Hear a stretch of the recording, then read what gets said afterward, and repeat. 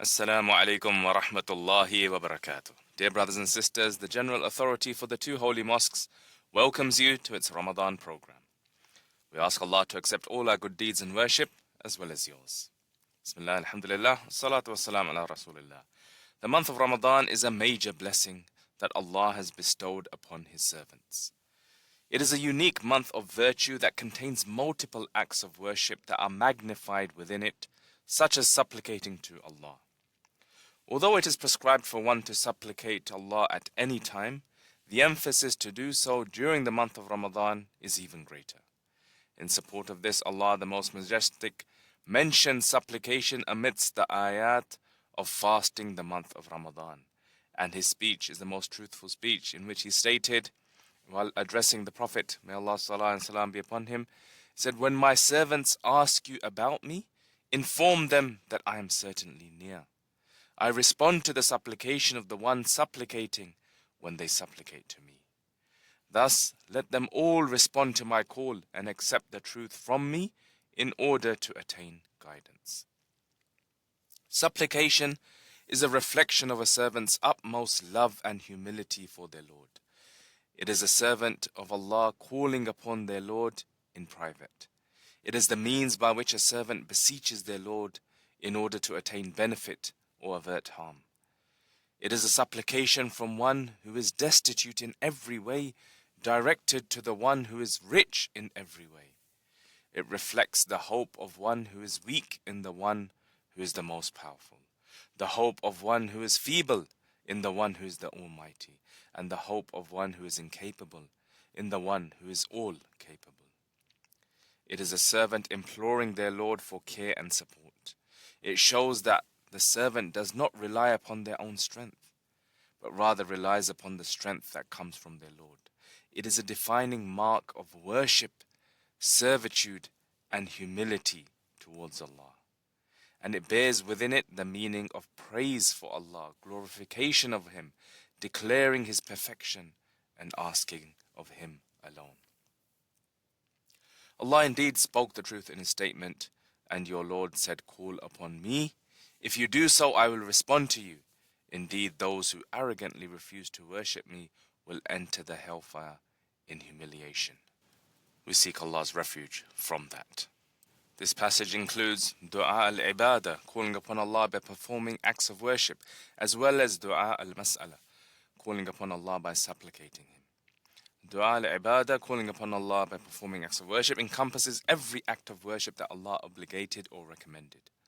When a person who submits to Allah in Islam performs any of these acts, it is as though they are beseeching Allah through it to reward them, distance them from punishment, and set right for them all religious and mundane matters that concern them. Dua al-mas'ala, calling upon Allah by supplicating Him, refers to making an outright request of Allah to fulfill any of one's needs related to this world or the hereafter.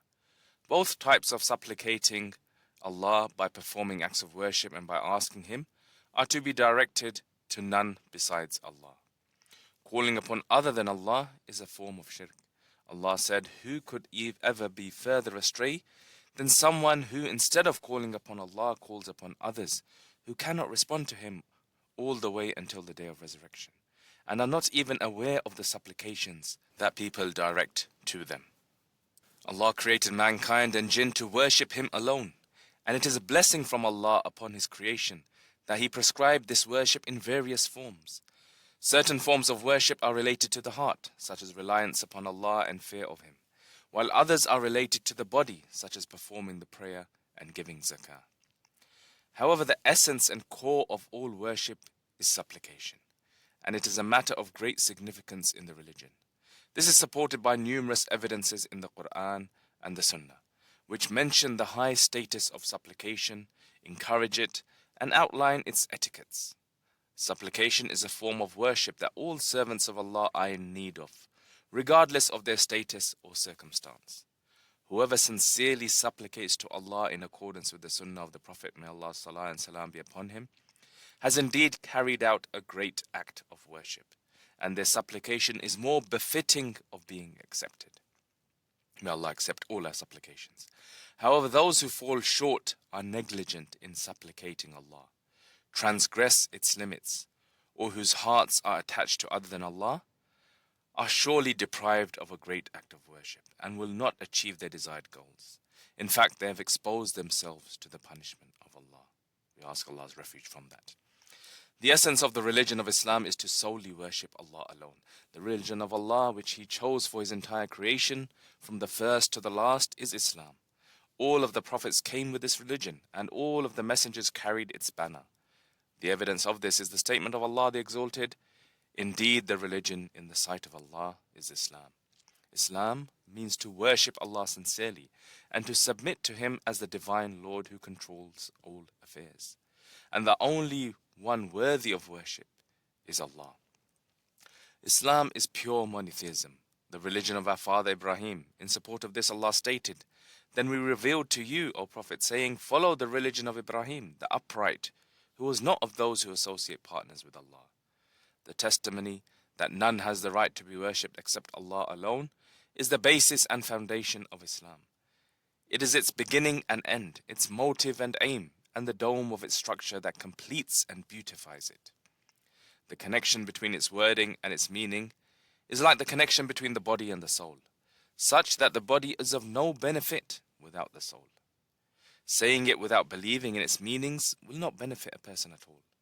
Also, it is a saying which encapsulates the religion in its entirety. A person who says it, while understanding its meaning, acting upon it, and fulfilling its conditions, has truly believed in the oneness of Allah. And whoever has truly believed in the oneness of Allah, as He ordained, will enter paradise without any reckoning or punishment. May Allah make us amongst them. Ameen. The religion of Islam is based on supplicating Allah alone. The clearest evidence of a person's iman in the oneness of Allah and the biggest proof of their iman in His uniqueness is supplicating Him alone. The Prophet, may Allah salah and salam be upon him, stated, "If you are going to ask, then ask Allah." Reported by Tirmidhi. The religion of Allah is based on supplicating Allah alone. This is what Allah sent all His messengers with, and is the reason for the revelation of His books. This is His religion, which He wants His servants to openly demonstrate, even if it displeases the people of Kufr. The evidence for this is the statement of Allah, thus invoke Allah, being sincere to Him in religion, even if the people of Kufr dislike it. Allah commanded His Prophet to openly announce to His people that the message he has been sent with is solely based on belief in the oneness of Allah and supplicating Him alone. In support of this, Allah further stated, "Say, O Prophet, I call upon my Lord, associating none with Him in worship." Supplication is worship. There is no legislated act of worship related to the heart that does not require one to supplicate Him. In fact, all acts of worship, whether outward or inward, are in reality various forms of supplicating Allah.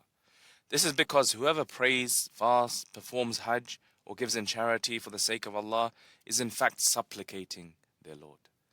This is because through their worship, humility before their Lord, and love for Him, they are asking Him to accept the act of worship, as well as for closeness to Him.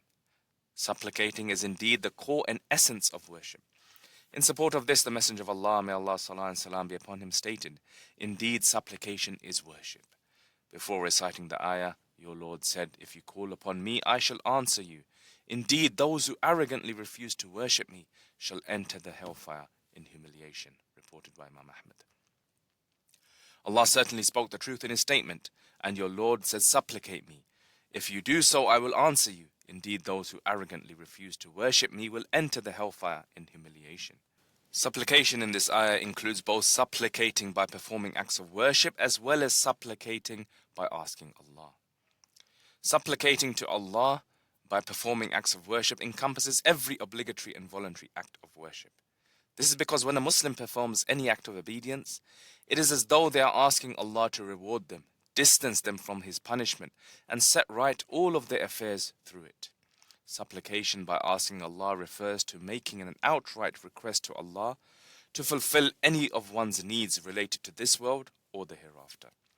Neither form of supplication can be directed to other than Allah. In support of this, Allah stated, "Who could ever be further astray than someone who, instead of calling upon Allah, calls upon others who will not be able to respond to them until the day of resurrection?" and are not even aware of the supplications that people direct to them. When Allah, the Most Majestic, wants good for His servants, He grants them His special assistance, to supplicate Him and seek His assistance. Therefore, He allows their supplication and seeking assistance to be a means that brings about the good that He decreed for them. In relation to this, Umar ibn al-Khattab, may Allah be pleased with him, said, "My main concern is not the response from Allah. Rather, my main concern is calling upon Allah. That is because if I am inspired to call upon Him, the response will come along with that." Benefits of supplicating Allah alone. The benefit of supplicating Allah is immense, and its goodness is vast, as it encompasses both the deceased and living. Its blessings is attained by one who supplicates, and the one for whom the supplication is made. A servant supplicates Allah according to Allah's divine decree, and then the supplication is accepted by the will of Allah. Therefore, supplicating Allah prevents a calamity if that had proceeded in His knowledge. It also brings goodness, and with the permission of Allah saves one from destruction. Hence the matter is fully within the hands of Allah, and there is no way for the creation to intervene with it. Sincere supplication to Allah is like a radiant light. It establishes divinity for Allah alone and removes the possibility of there being an equal or opposite to Allah, or that He has a partner or helper, or that there is anyone worthy of worship besides Him. Through sincere supplication, a person becomes a true servant of Allah and singles out Allah by turning to Him, venerating Him, loving Him, fearing Him, and having hope in Him alone. Also, the heart becomes attached to Him in times of prosperity and hardship, and the tongue calls out in supplication to Him in both ease and difficulty. When it comes to others, even the most generous of people, if we continue asking of them again and again, sooner or later they will get annoyed and fed up. However, that is not the case with Allah. The more we ask Him, the more happy He is to give to us. So let us take a selection of some du'as of the Prophet, may Allah's salah and salam be upon him. He would ask many du'as, and some amongst them is Ya Hayyu Ya Qayyum bi rahmatika astaghith aslih li sha'ni kullahu wa la takilni ila nafsi tarfata ayn. O living and eternal sustainer, by your mercy I seek relief. Therefore set right all my affairs, and do not leave me to myself even for the blinking of an eye. Another supplication he made frequently was Allahumma atina fid dunya hasana wa fil akhirati hasana wa qina adhab an-nar. O Allah, grant us good in this world and good in the hereafter, and save us from the torment of the hellfire. He also taught his companions to say, Allahumma inni a'udhu bika min al-bukhl wa a'udhu bika min al-jubn wa a'udhu bika min an tarudda ila ardhil al-umr wa a'udhu bika min fitnati ad-dunya wa adhab al-qabr. O Allah, I seek refuge with you from miserliness, and seek refuge with you from cowardice, and seek refuge with you from being brought back to senile geriatric old age, and seek refuge with you from the affliction of the world and from the punishment in the hereafter. And when he asked for guidance, he would say, Allahumma inni as'aluka al-huda wat-tuqa wal-afafa wal-ghina. O Allah, indeed I ask of you guidance, piety, and chastity, and to be free of depending upon anyone except you. When he asked for forgiveness, Allahumma ghfir li dhanbi kullahu diqqahu wa jillahu awwalahu wa akhiruh wa alaniyatahu wa sirruh. O Allah, forgive all my sins, whether few or more, first and the last, the apparent and the hidden. When he asked for obedience, he said, Ya muqallib al-qulub, thabbit qalbi ala dinik. O turner of the hearts, keep my heart firm upon your religion. And this dua was one of the Prophet, may Allah's salah and salam be upon him, oft repeated du'as. Thus we should be even more eager to say this, as we can never be safe from our hearts being turned away from Allah's religion and worship. May Allah protect us all from that. Supplication is a wonderful weapon for the Muslim, which is guaranteed a response by Allah if carried out correctly. It will either bring about what we ask for, or avert a harm, give us something greater, or be reserved for reward for us on the Day of Judgment. That concludes our daily program. We look forward to meeting you again tomorrow, so be sure to join us at the same time. Thank you for listening. Assalamu alaikum.